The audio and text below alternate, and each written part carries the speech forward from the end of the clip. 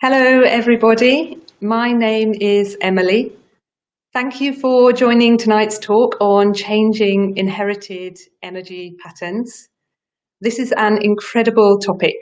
It's a mind-blowing topic, and it has changed my life, and it's changed the life of many people that I've met. And I'm really looking forward to sharing more about it with you. I'm an energy practitioner.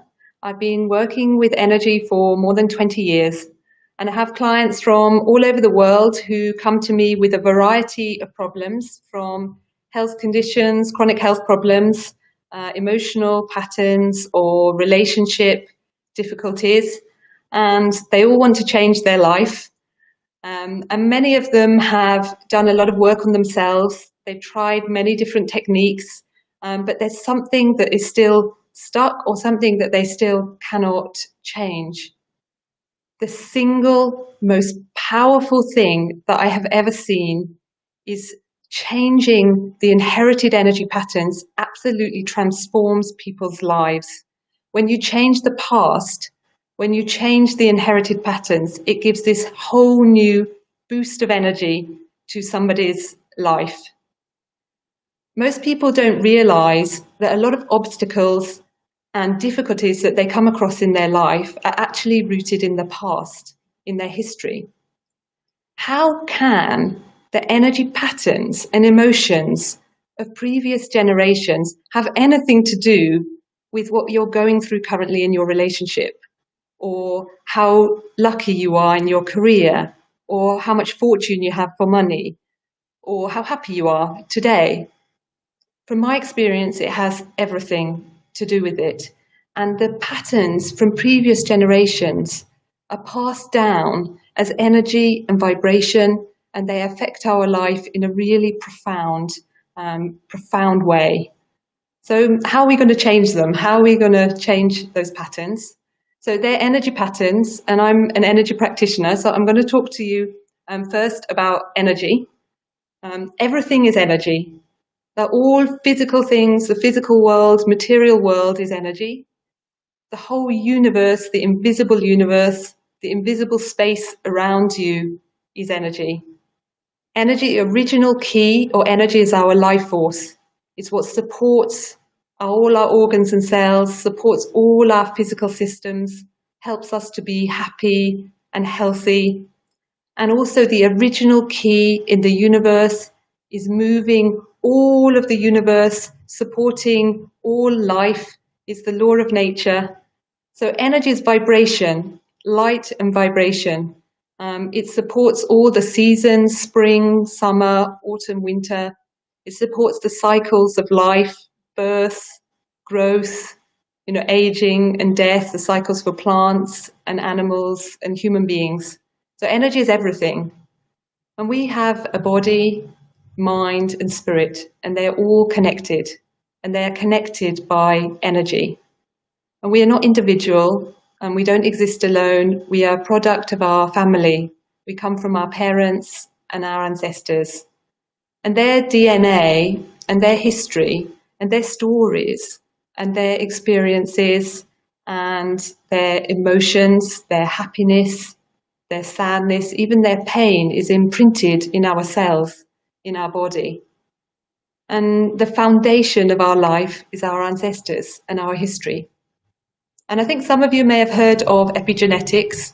It's quite a new study that is showing and proven that memory is passed down through the generations. I mean, it's really extraordinary. I think we should be talking about it much more, and we think we should be much more worried about it. Some of us know our family history. We know the patterns. We know the experiences people have had, the memories they may have had. But even if you don't, if you think about the world, in the last 100 years, there's been 2 world wars. What kind of traumas have people been through? What kind of experiences have they had? What memories do they have that will now be in us from the past? It's a bit like a tree. If you think of a tree, the invisible root are our ancestors. You can't see the root of the tree, you can't see your ancestors, but all the nutrition is coming up from the root for the tree to flourish and for the tree to bear healthy fruit, which is you. And the same with the foundation of the house. And if you want to build a big, beautiful house, then you need to have a stable foundation. And if you don't have a stable foundation, or if you don't know about your foundation because you can't see it and you don't know what happened in the past, then you may start building up this beautiful big house, and then everything comes crumbling down. And I think that's the experience that happens in a lot of people's lives. They start things, they start relationships, or they start businesses, and something always goes wrong or something doesn't work out. And we all have those friends who try really, really, really hard and put everything into everything, and at the last moment things go wrong, and you feel so much empathy for those people and those friends. And at the same time, we've all got those kind of lazy friends who everything works out and everything just falls into their lap. So, what's the difference between those people? Sometimes, of course, it is the mind, but often it's their karma or the patterns that they've inherited, and they are trying to build something on a very, very different foundation. So how are we going to change that foundation? So it's looking at energy again. Energy is invisible, it's intangible, it's very hard to explain. There are actually many different types of energy. The food is energy, our emotions are energy, people have energy, nature's energy. Energy exists as light and vibration. But to understand inherited patterns, the most important thing you need to know about energy is that energy never dies. It's not my theory. I'm sure you recognize it. It's Einstein, basic science. Energy just changes its form from one thing to another. So, for example, you have a physical life. At some point, your life is going to come to an end, even though we don't always think that it will. When your life comes to an end, is that the end? When your physical life ends, do you think that's the end? I don't believe that's the end. Our life is eternal. Visible things become invisible, and at some point, invisible things become visible again. There's a natural cycle and law of energy, but nothing disappears. So, for example, the past never disappears. If you go to an old house, or an old building, 100-year-old house, when you walk into that house, you can feel the energy, you can feel the atmosphere in the walls, the energy in the furniture, and you know that so many things have happened in that place. You may not know exactly what's happened, but the past doesn't disappear. It lasts for a long, long, long, long time. And that's just a house. What about people? How much are we carrying from the past? What are you carrying from your parents, and your parents that you know, but your grandparents and your great-grandparents and all your ancestors? Energy doesn't disappear, and the past doesn't disappear. It's part of us. But our lives are so intense and so busy and so complicated that we don't normally stop to think that maybe something is influencing us that is not coming from us initially. And certainly, of the clients that I've met many people who are suffering from depression and anxiety. And many people start to suffer from depression after a negative or very difficult life experience. But I have met many people who have had bouts of depression throughout their life, that they can't relate to any specific experience. They don't understand why they're anxious or depressed. And most of those people can draw that back to their childhood, and they were depressed or they were anxious as children. And if they didn't have a traumatic experience in their childhood, then where is that depression coming from? Where is that pain coming from? Whose sadness is it? Whose pain is it? And then you have to start to think, our life is not our own. We are very much linked to the past and other people's experiences, other people's emotions. And they're not other people. They are part of us. They're our family and they are ancestors. And changing those patterns and healing those patterns is good, not just for you, but all your family and all your ancestors, because life never dies, never finishes, energy never disappears. So we are all connected. So I'm going to explain more to you about life and death, because understanding how energy works in life and what happens after your passing is fundamental to understanding why we need to change the past and heal our ancestral patterns and our family patterns. So I'm going to bring up a slide for you. It's going to come up on your screen. So have a little look. This is life. So the first part is a circle, is an empty circle.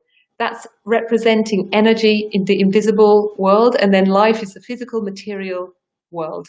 So the circle is balance, harmony, truth, energy, light, the universe. If you're religious, it's the God. This is the invisible energy which contains everything.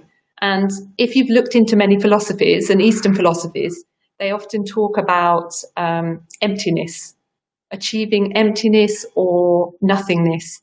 And that invisible energy, that oneness, is the emptiness or beauty of the mind.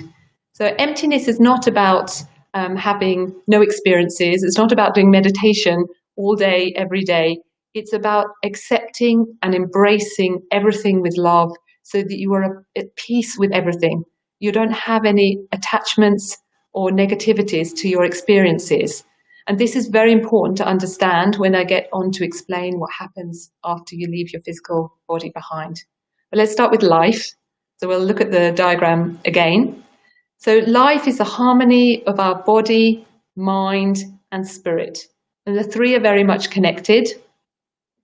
The physical body is coming from our parents. We inherit our DNA.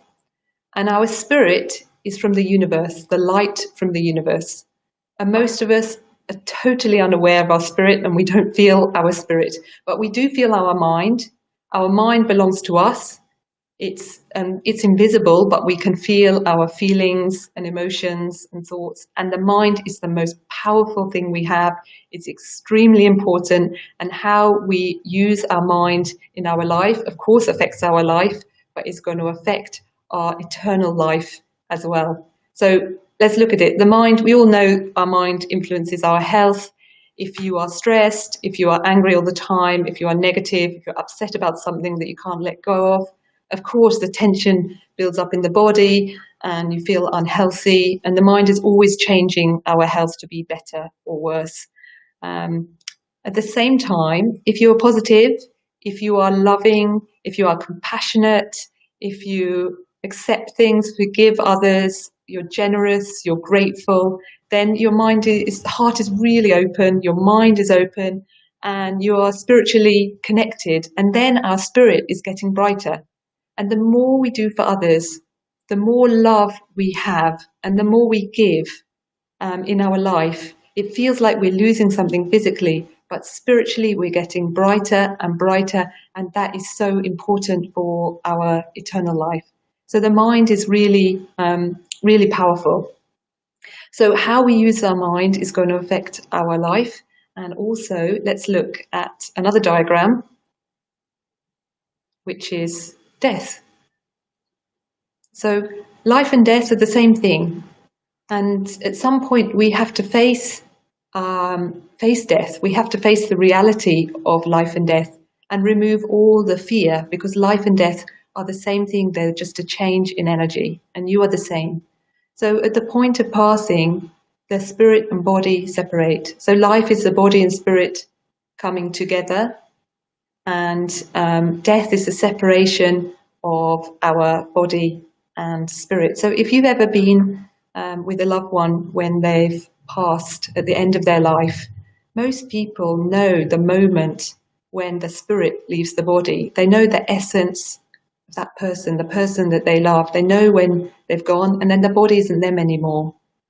But like I said, energy never dies. So it's not that the body dies either. The body belongs to nature, is recycled by the earth. It belongs to the earth, and it just changes its form. In the same way, your spirit is meant to go back to the universe, back to the light, and stay in a state of peace. And we want that for our loved ones, and we want that for ourselves. And that is the most comfortable thing for us to believe. But we have our mind, and our mind is full of emotions. It can be full of regrets. experiences, traumas, pain. And most people at the end of their life, there are many, many things they haven't digested or resolved or let go of. So after death, the mind and spirit are connected and they become one. And the vibration of the mind often ties the spirit to the physical world. And the spirit then is attached to all the people and the places and situations and emotions that they're left behind with the physical body. And this is a very physical, material world. And that's that we live in a material world these days, but actually we live in a very spiritual universe. And the physical things and invisible things, they're just two sides of the same coin. Our physical life and our ancestors' spiritual life, they are both as real as each other. And when you leave your physical life behind, you don't disappear. You have the same thinking, the same thoughts, the same emotions, and you're still connected. And although our ancestors need to be light and free, we are always connected to the family that created us. But we want them to be free from their pain. You know, when you think about all your friends and living family, all your loved ones, you love them dearly, but most people have some kind of problem. You know, someone's got depression, someone's got angry about something, someone's fallen out with someone else. And if they were left their physical body behind and they were around you, what are you going to feel from them? Everybody's carrying something heavy that we have to release, that we have to clear before the end of our life. So healing the past, healing the patterns is something that we all need to do for our family and also for the world. I'm going to tell you a bit about my personal story before I go any further.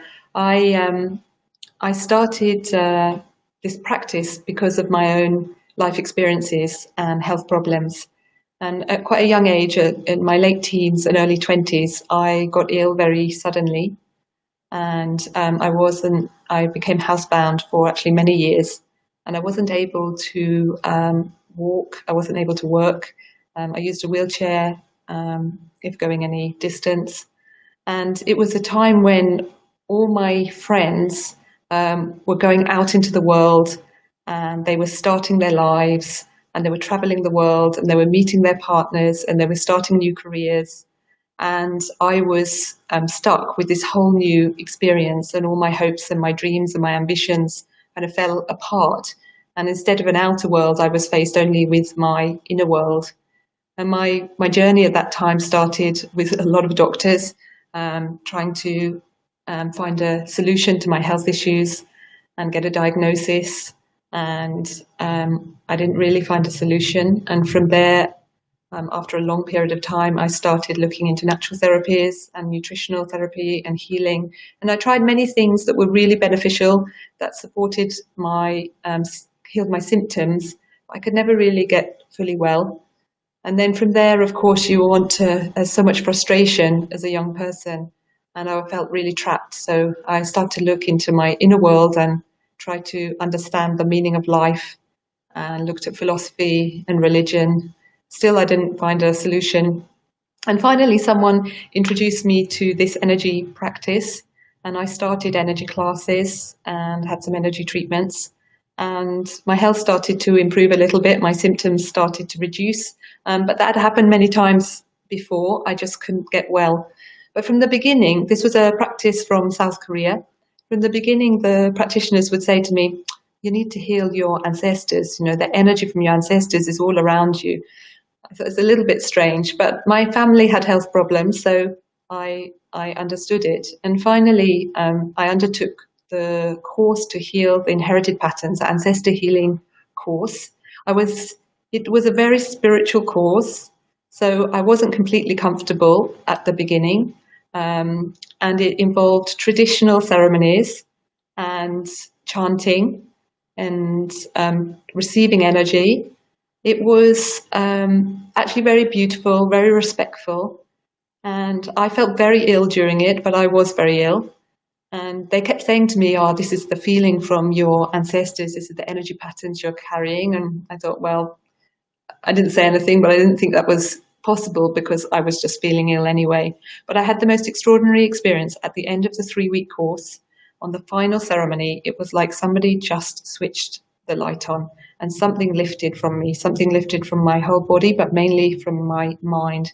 I felt the most incredible clarity, and the depths of my mind were clear. All these repetitive thoughts, negative thoughts, busy mind. I actually wasn't that aware I had that until it had gone. And I can say that in 20 years, that has never come back. It's like the sea. The surface of the sea is always changing with the weather, and life is life. And I have good times and good days and bad days.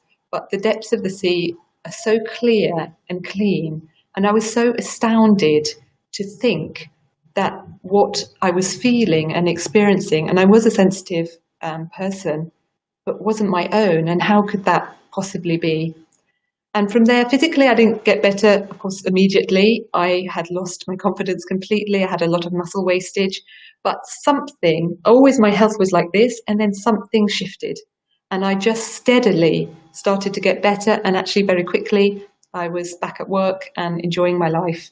But as you can imagine, after quite a few years, it was about 5 years at that time, I changed tremendously as a person, and the ambitions I had and the dreams I had weren't really what I thought was valuable anymore. So I found myself in the mountains of South Korea, learning about energy and learning about philosophy. And from that time on, I became an energy practitioner. And I've been very passionate about ancestor healing ever since. And I've seen so many people with depression and anxiety and insomnia and so many different experiences have such a profound change. And actually, I remember one lady, the lady who made me confident to start ancestor healing, because she seemed, I just respected her. She was a lady that was doing the classes at the same time as me. She was an architect. And she told me she had two brothers who hadn't spoken in 30 years. And on the second week of the course, they got in touch and to try to mend their relationship. Now, to this day, I've no idea what happened. I've no idea if they're now talking or if it was a happy ending. And maybe it was a coincidence, but I don't really believe in coincidences. And what I've seen is often big events in our life, especially big traumas or arguments or feuds or tragedies, they normally have been repeated from previous generations. And although you may be able to explain to them, okay, this happened, there is still an energy pattern that causes that situation to occur. And that doesn't mean if you lift the energy pattern that everything just heals, because people have then, it's become part of their life, part of their experiences, and people have built up, of course, their own emotions as well.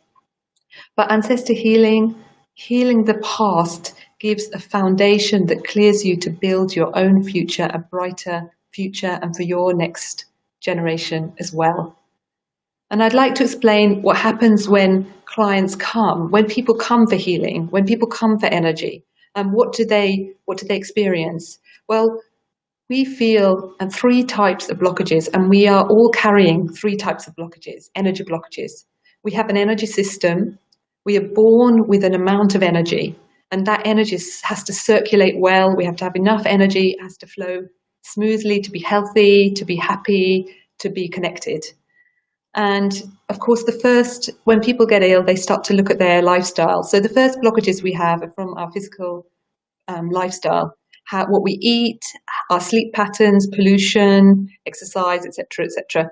So normally people are unwell, they try to eat organic food, they go vegan, they take a holiday. And I have so many clients who come and say, I eat so well, I spend so much on good quality food, and I sleep 10 hours a day. How can I possibly still be tired? And I look at them and I explain to them, well, you're just dealing with your physical body. And although it's important, we have a mind and spirit. And the other two types of blockages are emotional blockages and inherited blockages, and they are interlinked. Emotional, everybody understands. We have lots of stresses and worries on a day-to-day basis. And if you're going through a divorce, if you're moving house, if you're going through a situation at work, stress can build up over a period of time, and it creates tremendous tension in our shoulders, in our stomach, and you can drain so much energy, and of course you can get ill. But there is deeper emotional blockages that often we don't realize change our vibration, but it's our habits and our opinions and our judgments on people and the world, and layers of things that have built up from our experiences that actually we do need to let go of, and we need to open our hearts, and we need to embrace other people and embrace so many different things to be connected to the universe. So changing the mind is very important, and these days people are very aware of that, and they do a lot of work on themselves. But sometimes you can spend years working on something and an emotion that really was never yours in the first place.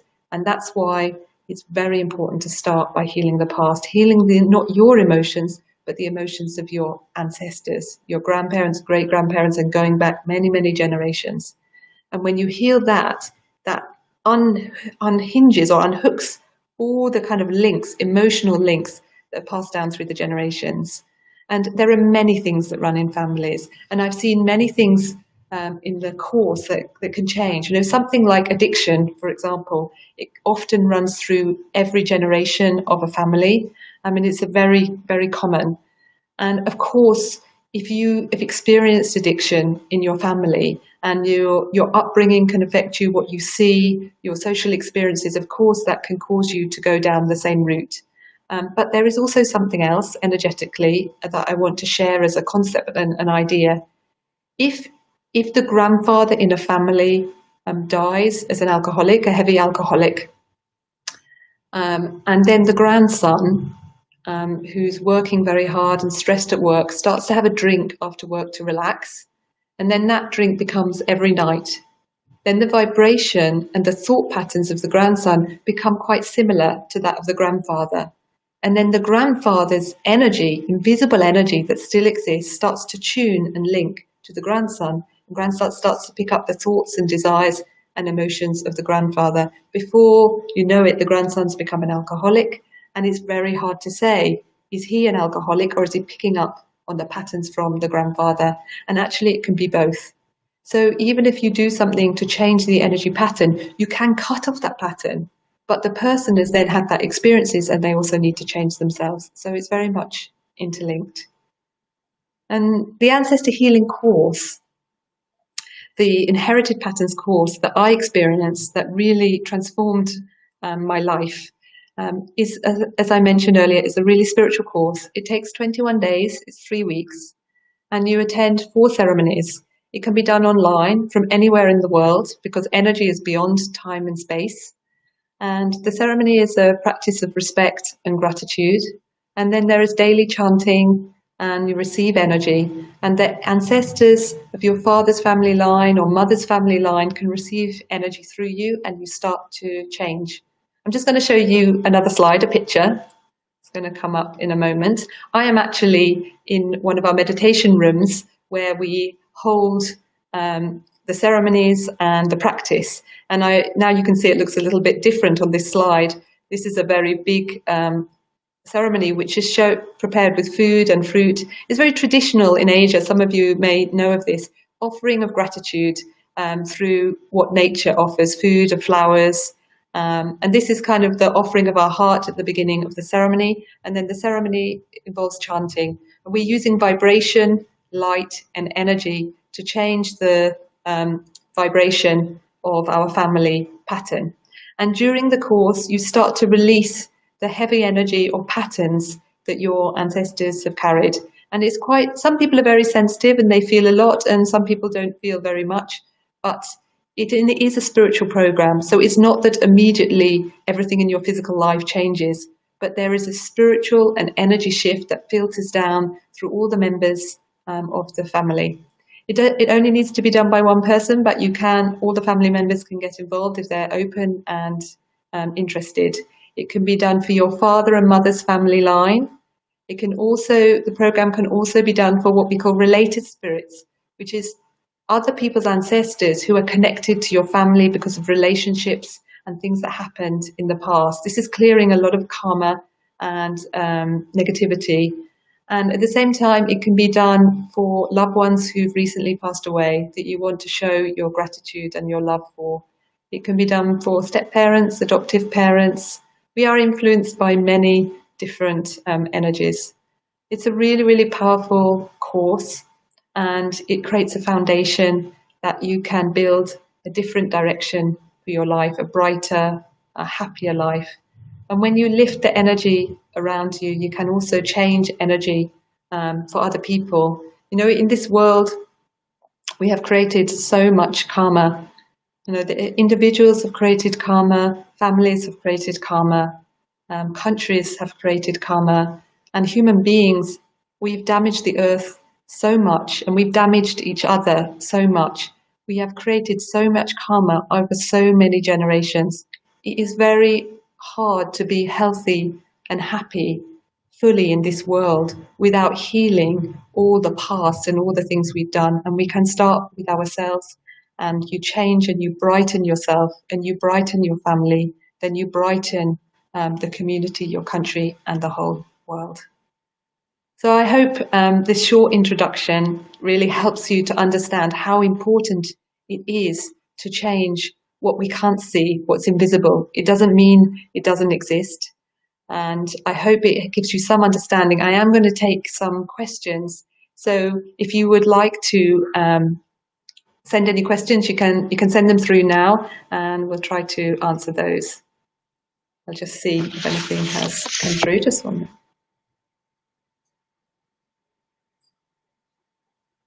Okay, someone has asked that they've suffered from anxiety for many years, but haven't found a way to manage it, and is ancestor healing something that can help? Okay, I did talk about depression and anxiety early on. We have symptoms for many different reasons, and it would be hard to talk about someone's personal circumstances without meeting you. But we do have a physical body, mind, and spirit. And as I said, there are different types of blockages that cause our problems. And of course, it is definitely possible that ancestor healing could help you, but it's probably better that you first have a consultation with one of our practitioners and discuss deeper about your problem, and they check your energy and see which direction is the best to take for you. Just another question. Will my children and parents benefit from ancestor healing? Okay, yes. When you do ancestor healing, it does change the patterns for your family, other family members, because we all have the same ancestors, and it lifts the energy for everybody. We do have people coming to us saying, you know, I really want to change my mom, and I think she needs to change. So if you want to change someone else, you need to be a little bit careful. You will lift the heavy energy. At the same time, people all have their own mind and experiences, and only they can work on themselves. So you need to manage your expectation around the person's life and their experiences. But yes, it will help all your family members. And of course, what's very important is if you heal the past, then future generations, your children, don't have to carry so much, and they're free to manage their own destiny, and they have more fortune. Okay, one more question. Is the course continuous, i.e. do you have to do this every day? Yeah, the course is continuous. So once you start, it goes for 3 weeks. We do recommend that you do the chanting, which is creating the energy and vibration every day. But there's a reality to people's lives, and not everybody manages every day. You just do your best. So there's some flexibility, and we support you. And once the 3 weeks is finished, then yes, it's finished. And ancestors don't go back. It's not like the human mind, which keeps changing. You know, one day you're happy and you make a new resolution, but then, you know, you fall back into old patterns. For ancestors, they exist as a spirit. Their energy changes, it doesn't reverse. Okay, someone's asking, I've had chronic fatigue most of my life. Is this to do with ancestral karma? I have met a lot of people with chronic fatigue, and one of my problems was ME, myself, chronic fatigue to quite a bad level. People with chronic fatigue tend to be highly sensitive people. And actually, a lot of people are suffering from burnout these days because we are so short of energy, and the earth is so short of energy, and there's so much pollution. Most people that I've met with chronic fatigue, and I have treated many people over the years, there tend to be two problems. Their physical energy is extremely depleted, but they are sensitive and they are very much drained from their ancestral patterns. So it normally needs kind of 2 or 3 way approach. It's important to heal the ancestor karma that gives you the foundation to build up your energy again. And certainly for me, that blockage, no matter how much energy or how much improvement I made emotionally, I would always go back because something wasn't shifted. So I would say it's one of the most important things for people with chronic fatigue, yes.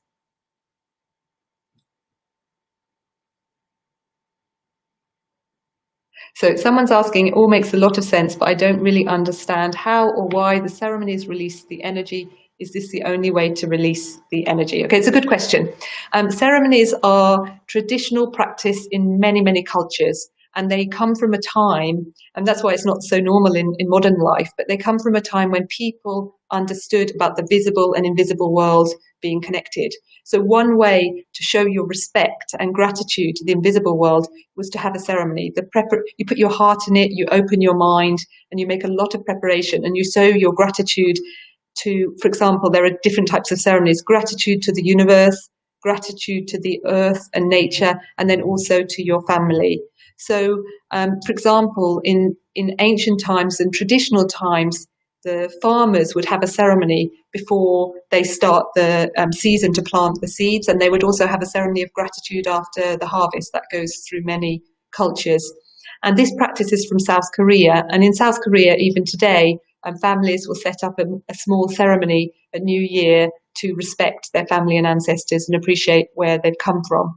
So yes and no, the ceremony is a traditional, very important way to put your heart in something and to connect to the invisible world. And we transmit energy through the ceremonies and through the vibration and chanting. But the most important thing is the light and energy. But the invisible world is that there is a system there.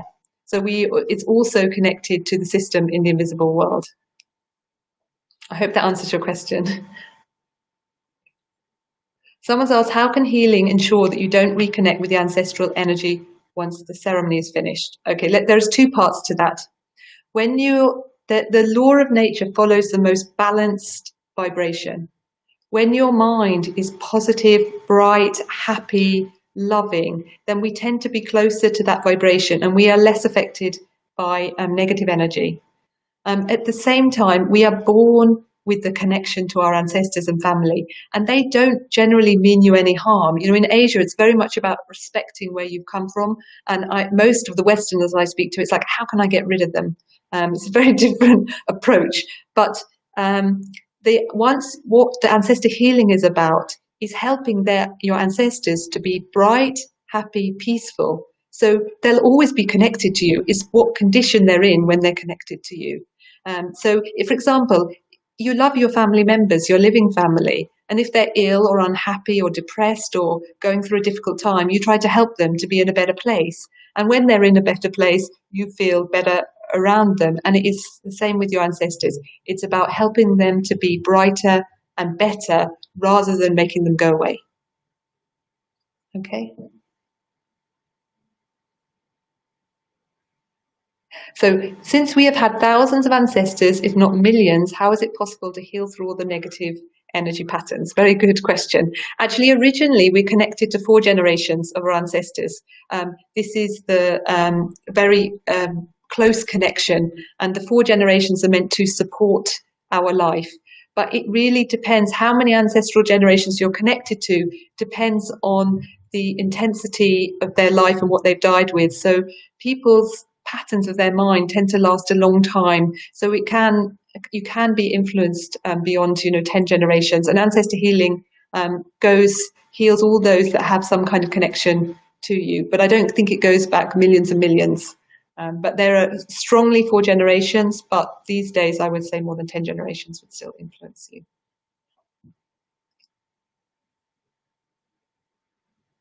So if you come from a family line that has practiced polygamy on the paternal side, what would be the recommendation? So this is an interesting question. The more people you've had relationships with, and especially the more people you've had children with, of course, more and more ancestors and spirits come into the equation. Personally, I come from a family where I've had step parents and step brothers and sisters, and that's very common these days. People have second marriages, third marriages, fourth marriages. People are adopted. It's not just your biological line that influences you. It's the family that you've grown up with or have had a strong relationship. So yes, there would be more ancestor healing to do the more marriages that your family have had. And often, if there's complications in the family, you feel that energy is heavier and more complicated, and you're dealing with more things. Okay, so I think that seems to be the end of the questions. So you can find out more on our pages. And what I'd like to recommend, if you're interested in this practice or this course, you can book a 15-minute chat with us to see what's best suited to you and find out a little bit more. We can assess your energy and your situation and help you understand a bit more personally about the course. And you can get in touch with us or find out more on the page or book a consultation next week. Thank you very much and goodbye.